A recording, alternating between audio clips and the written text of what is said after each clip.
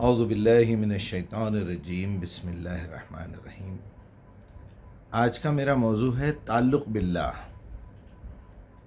اللہ سبحانہ و تعالیٰ سے بندے کا تعلق کیسا ہے، کیسا ہونا چاہیے۔ چنانچہ آپ جب بھی نظر اٹھا کے دیکھیں گے، جب کبھی بھی گھر سے باہر نکلیں گے، اپنی پلکیں اٹھا کے کوئی بھی چیز دیکھیں گے، کانوں سے کوئی بھی آواز آپ کے دماغ تک جائے گی تو آپ کو کوئی نہ کوئی چیز محسوس ہوگی۔ ایون آپ سانس بھی لیتے ہیں، کوئی چیز کھاتے بھی ہیں تو اس کا ٹیسٹ آئے گا، خوشبو یا بدبو آئے گی، آپ کے ہاتھ پیر ہلانا ہی پڑے گا، تو یہ آپ کے 5 سینسز جو ہے وہ ہمیشہ کام کر رہے ہیں۔ تعلق باللہ کی کئی نوعیتیں ہیں، کئی انواع ہیں، اس کے کئی ٹائپس ہیں۔ دنیا کی ہر قوم میں، ہر مذہب میں، ہر فرقے میں، ہر جماعت میں، ہر دور میں، زمین کے اس پورے خطے میں جب سے دنیا بنی ہے، ایسا کوئی لمحہ خالی نہیں گزرا، چاہے وہ اندھا ہو، لنگڑا ہو، لولا ہو، وہ گونگا ہو، بہرا ہو، اس کا کہیں نہ کہیں تعلق اس کے رب سے ہوتا ہے، لیکن اس کو شعور نہیں رہتا۔ رب تو ہم سے متعلق ہے ہی ہے، وہ تو لمحے کے لیے بھی ہمیں نہیں چھوڑتا، چاہے وہ کافر ہو، اس کو ماننے والا ہو، نہیں ماننے والا ہو، جاہل ہو یا کوئی بھی ہو۔ وہ تو حیوانات کی بھی جو ہے حفاظت کر رہا ہے۔ ایک چڑیا ہے، وہ اپنا گھونسلہ بناتی ہے، اپنے اس میں انڈے دیتی ہے، اس کے بچوں کی حفاظت کرتی ہے، تو اس کی حفاظت بیسیکلی اللہ بھی کر رہا ہے۔ غرض یہ ہے، ان تمام باتوں کے بتانے کے بعد میں آپ کو صرف اس طرف توجہ دلانا چاہتا ہوں کہ ہمارا جو تعلق ہے، ہمارا جو اللہ کے ساتھ ربط ہے، جو کنیکشن ہے، وہ اللہ سبحانہ و تعالیٰ کیسا چاہتا ہے، وہ کیا چاہتا ہے کہ ہم اس طرح اس سے تعلق جوڑیں۔ تو یاد رکھیے، یہ بہت آسان ہے اور لیکن چھپا ہوا ہے۔ خاص طور پہ اللہ کے معاملے میں ہم انتہائی جاہل ہیں، ہم انتہائی بے خبر ہیں، ہم انتہائی لاپرواہ ہیں، ہم انتہائی گستاخ ہیں، ہم انتہائی غدار ہیں۔ ان تمام کیٹیگریز میں ہم اللہ کے ساتھ بالکل غلط رویہ اختیار کیے ہوئے ہیں۔ دیکھیے، آپ دنیا کی کسی بھی انسان سے اگر آپ کوئی تعلق پیدا کرتے ہیں یا کوئی بھی چیز سے، تو کوئی نہ کوئی لفظ اپنے منہ سے نکالتے ہیں۔ کوئی چیز اگر میں ہاتھ میں لیتا ہوں، کسی چیز کو کاٹنے کے لیے ایک آری ہاتھ میں لیتا ہوں، تو مجھے ہاتھ لگانا پڑے گا، میرے یہ 5 سینسز سے اس سے کنیکٹ ہونا پڑے گا، تبھی جا کے وہ تعلق پیدا ہو سکتا ہے۔ اللہ سے تعلق پیدا کرنے کا کیا صحیح طریقہ ہو سکتا ہے؟ سب سے پہلا طریقہ، اس کی بھیجی ہوئی کتاب جس زبان میں ہے، اگر ہم وہ زبان نہیں سیکھتے تو آپ یقین مانیے بنیادی طور پہ آپ جاہل ہیں، نمبر 1۔ نمبر 2، آپ کو جاہل بنایا کس نے؟ آپ کے بڑوں نے، آپ کے والدین نے، آپ کے مسجد کے مولوی نے، ان علماء نے جو خود عربی زبان سیکھ لیے، دین سیکھ لیے، لیکن ہم تک نہیں پہنچائے، اور نہیں پہنچانے کی وجہ سے اللہ کی ایسی لعنت ہوئی کہ ہر مولوی کا عقیدہ الگ، ہر فرقے کا عقیدہ الگ، ہر جماعت کا عقیدہ الگ، اختلافات کرتے کرتے کرتے کچرا کچرا ہو گئے، لوگ چورا چورا ہو گئے۔ ڈیوائیڈ ہونے کے بعد کوئی چیز، ایک رسی لے لیجیے، اس کے ٹکڑے ٹکڑے کر دیجیے آپ، اور اللہ نے اسی کی مثال دی ہے، وَاعْتَصِمُوا بِحَبْلِ اللَّهِ جَمِيعًا وَلَا تَفَرَّقُوا۔ تم اس کتاب کو مضبوطی سے تھامے رکھنا، فرقوں میں نہ پڑ جانا۔ اب یہ آپ کی پہلی غلطی۔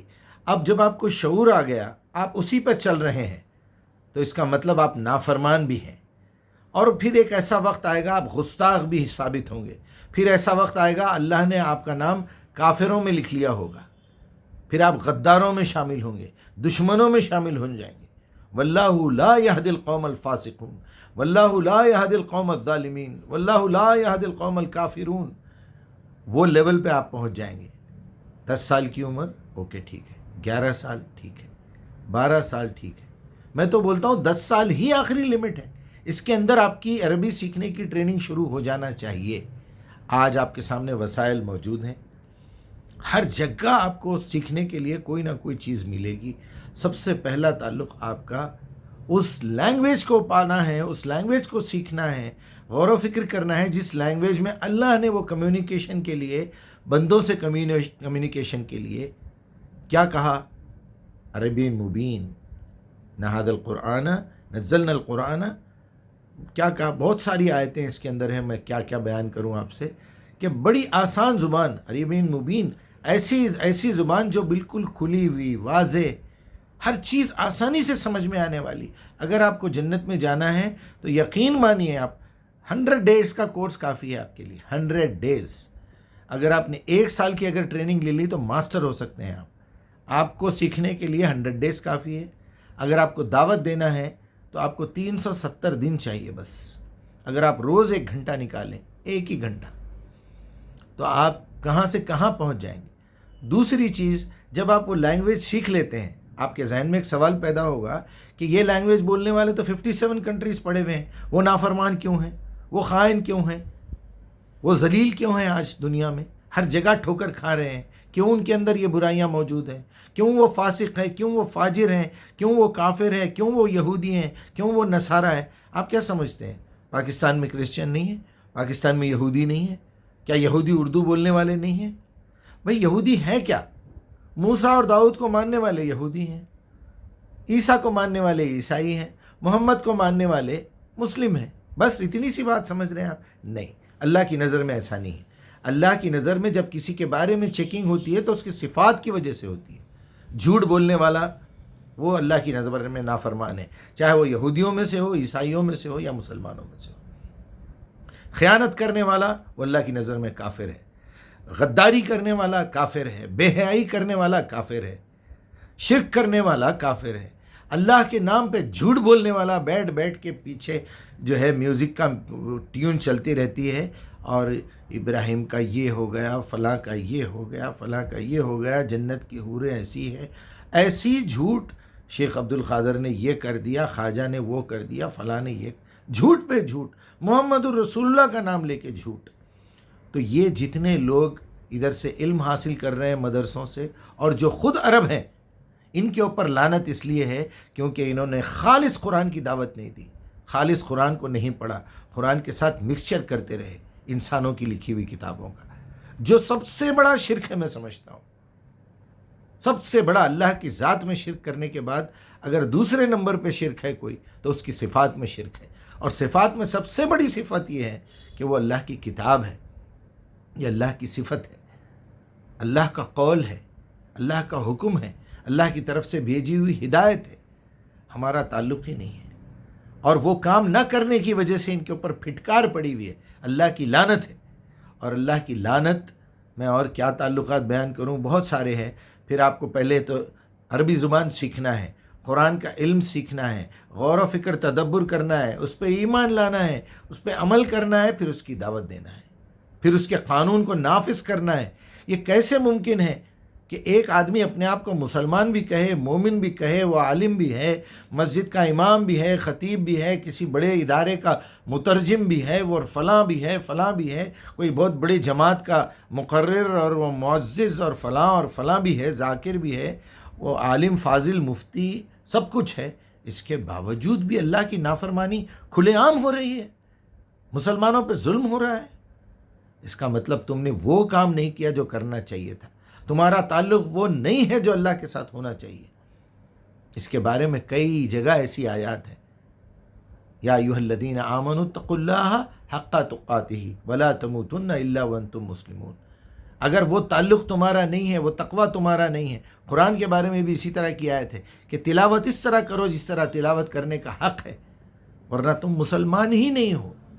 یہاں تو آپ پڑھ کے پھونک رہے ہیں، پڑھ کے بخش رہے ہیں، بغیر سمجھے کے پڑھ رہے ہیں، بغیر سمجھے کے سنا رہے ہیں، اور وہ بیچارے ٹھہر کے بکروں کی طرح سن رہے ہیں۔ ہزاروں بار بول دیا میں یہ بات، لیکن اثر شاید کسی پہ نہیں ہو رہا۔ تو یہ تعلق سے کام نہیں چلے گا۔ سیدھے اندر رہیے لائن کے اندر، یا سیدھے انکار کر دیجیے۔ وہ لوگ سچے ہیں جو اپنے آپ کو کہتے ہیں میں ملحد ہو گیا، میں ایتھسٹ ہوں۔